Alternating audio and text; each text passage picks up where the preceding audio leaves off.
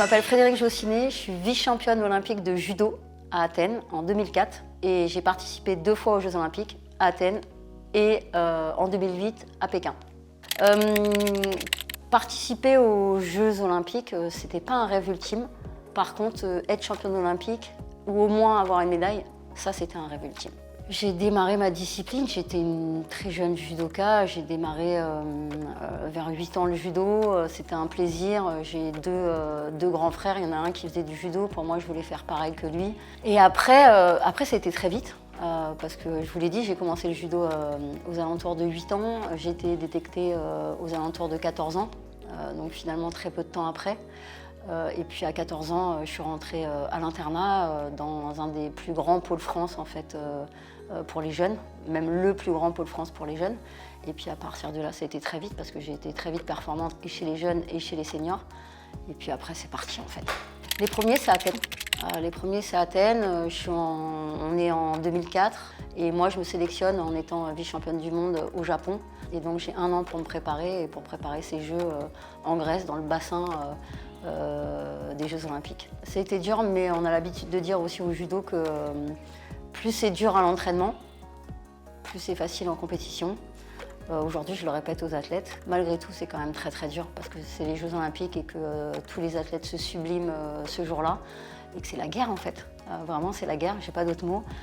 Il en restera 1 ou 2 pour les finales, mais les médailles, il n'y en a que 4. Moi, j'ai presque envie de dire bizarrement, le souvenir que j'en ai, c'est que je suis très sereine en fait dès le départ. Même je rigole beaucoup, j'ai le sourire, j'ai envie d'aller combattre vraiment. Et je me dis que ça va être une journée super en fait. Et là, j'ai la finale qui arrive.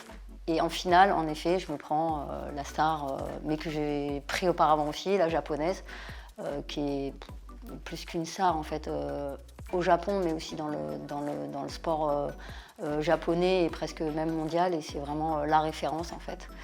Et donc voilà, à 17h, j'ai une finale qui m'attend contre cette japonaise.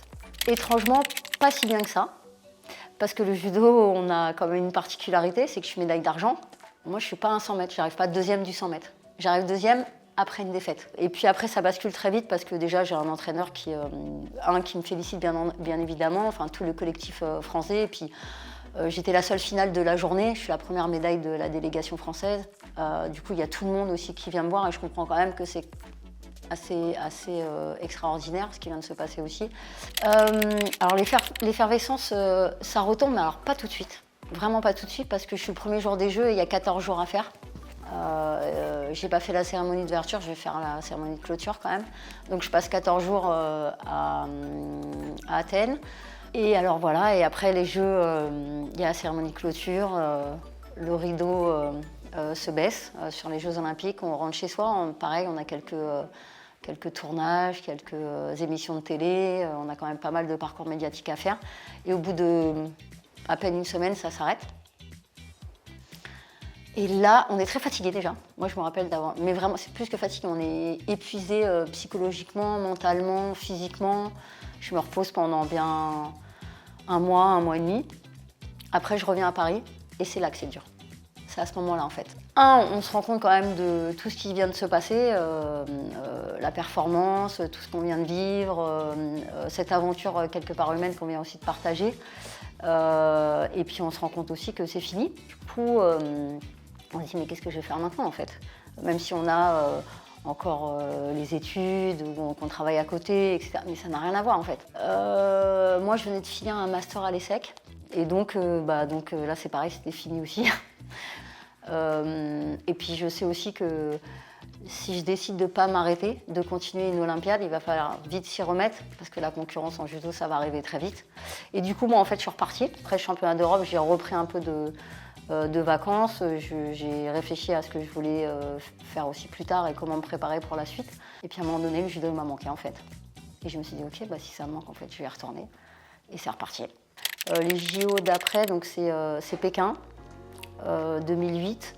Je passe 3 années pas simples. Il y a des changements de staff, il y a beaucoup de choses en fait qui changent au niveau du judo, les règles qui changent, la qualification qui change. Je vieillis, mais ça c'est naturel et tant mieux.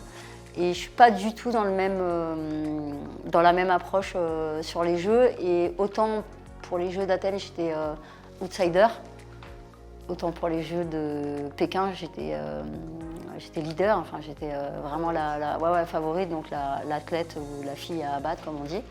Et ça se passe pas bien du tout, en fait. Ça se passe pas bien, mais du tout. Ouais, je sens bien qu'il y a un truc qui ne fait pas, mais c'est comme ça. Et j'y vais quand même, un peu tête baissée. Et je fais le premier tour. Je pars au premier tour des Jeux. Je suis évidemment déçue, triste, voire abattue. Et en même temps, au fond de moi, en fait, je savais que j'aurais pu accrocher le podium, mais grand max. Je ne pouvais pas aller chercher un titre, c'était pas possible dans les circonstances, en fait. Et alors, déjà, je suis obligée de rester, parce que il y a 7 jours de compétition, donc déjà, le staff, je vais les voir, je leur dis que je vais rentrer chez moi, en fait. Il y a des discussions et en fait, c'est pas possible. Et je le comprends aussi, hein, franchement. Il faut soutenir les copains. Après, soutenir les copains et les copines quand on n'est pas très bien, en fait, on les soutient pas très bien non plus, en fait. On est au village. En plus, dès le départ, c'est vraiment différent d'Athènes. On est dès le départ au village. Et la fin des Jeux arrive. Il y a quelques médailles pour le judo français. Tout le monde va faire la fête. Moi, je prépare mon sac. Et dans la nuit, en fait, où les Jeux du judo se sont finis, je prends l'avion et je rentre chez moi. Je suis perturbée. Je ne sais pas du tout où je vais. Je sais même pas vraiment, entre guillemets, ce qui s'est passé. Je sais juste que les Jeux c'est fini, qu'on passe à autre chose, que j'aurai pas de médaille et que voilà, c'est comme ça. La forme de tristesse, etc., ça s'en va assez vite. J'ai plutôt une forme de 1 abattu et 2 un peu de colère. Parce que colère avec moi-même d'ailleurs, en me disant non mais en fait tu savais que tu allais droit dans le mur, quelque part tu le disais aussi. Alors oui, jusqu'en 2006. J'avais une préparatrice mentale. Et puis après, elle part sur d'autres environnements, etc. Et tout. Et puis une préparation mentale ou une préparatrice mentale, peu importe, préparateur mental, il nous accompagne dans notre discipline, dans la performance, mais il nous accompagne aussi dans la vie, en fait, presque de tous les jours. Et je pense que moi, je fonctionnais pas mal sur un équilibre de vie par rapport à la performance et le sport. Et du coup, je ne l'ai pas eu non plus. Donc forcément, quand on n'a plus d'équilibre, on est en déséquilibre. Et au judo, au sens propre et figuré, quand on est en déséquilibre, on tombe. Et c'est exactement moi ce que j'ai vécu. Mais je me suis relevée. Parce que ça, c'est ce qu'on apprend à faire dès qu'on est petit et qu'on met un pied sur le tatami dans un dojo. Le professeur il nous apprend d'abord à chuter, à apprendre à chuter, à apprendre à tomber, mais surtout à se relever. Et encore une fois, au sens propre et figuré, et pour toute la vie finalement. Donc on apprend à tomber 100 fois et à se relever 101 fois. Très vite, j'ai France Télévisions qui vient me chercher pour commenter les Jeux à Londres et qui m'embarque aussi dans un autre programme pour présenter les athlètes féminines à suivre le matin dans le bus de Louise Ekland. On parcourt Londres un peu partout, c'était une super expérience. Et donc voilà, je prépare ces Jeux mais d'une autre façon et de l'autre côté. Donc j'ai commenté Londres, Rio et puis après Tokyo et même Paris. Vraiment c'est super dans des situations, contextes et chaînes différentes. Et puis à côté de ça, quand j'ai arrêté ma carrière pendant 1 an et demi, j'étais entraîneur national de judo. Quand on est athlète, on pense qu'à soi, on met tout en place, on a son projet avec tous les gens qui sont là et dont on se sert. Et c'est pas mal, entre guillemets, on se sert, mais c'est comme ça, c'est eux qui vont nous amener à la performance. Et quand on est entraîneur, en fait, on donne tout aux athlètes. Donc pareil, je fais ça 1 an et demi, j'arrête, je veux aller dans d'autres univers et on vient me chercher pour une campagne politique, pour porter un peu le sport dans la politique, dans peut-être un futur gouvernement. Je fais la campagne de François Hollande. Donc là, je change complètement d'univers. On me demande d'organiser un meeting que sport. Pour la campagne en effet de François Hollande. Ça me prend pas mal de temps. C'est une nouvelle expérience. Je n'ai pas du tout fait des études pour. Et je prends ça un peu comme un challenge presque sportif en fait. Et puis voilà, ça me prend pas loin d'1 an finalement. Il est élu. On se retrouve place de la Bastille avec un nouveau président. Je suis sur l'estrade avec eux, c'est assez dingue. Et puis je bascule dans un cabinet ministériel pour le coup au sport. Je suis conseillère spéciale de la ministre. Je m'occupe des sports olympiques, de pas mal de fédés, du sport féminin, du volley femmes et sport et surtout d'une nouvelle loi égalité réelle dans le sport avec le cabinet de Najat Vallaud-Belkacem.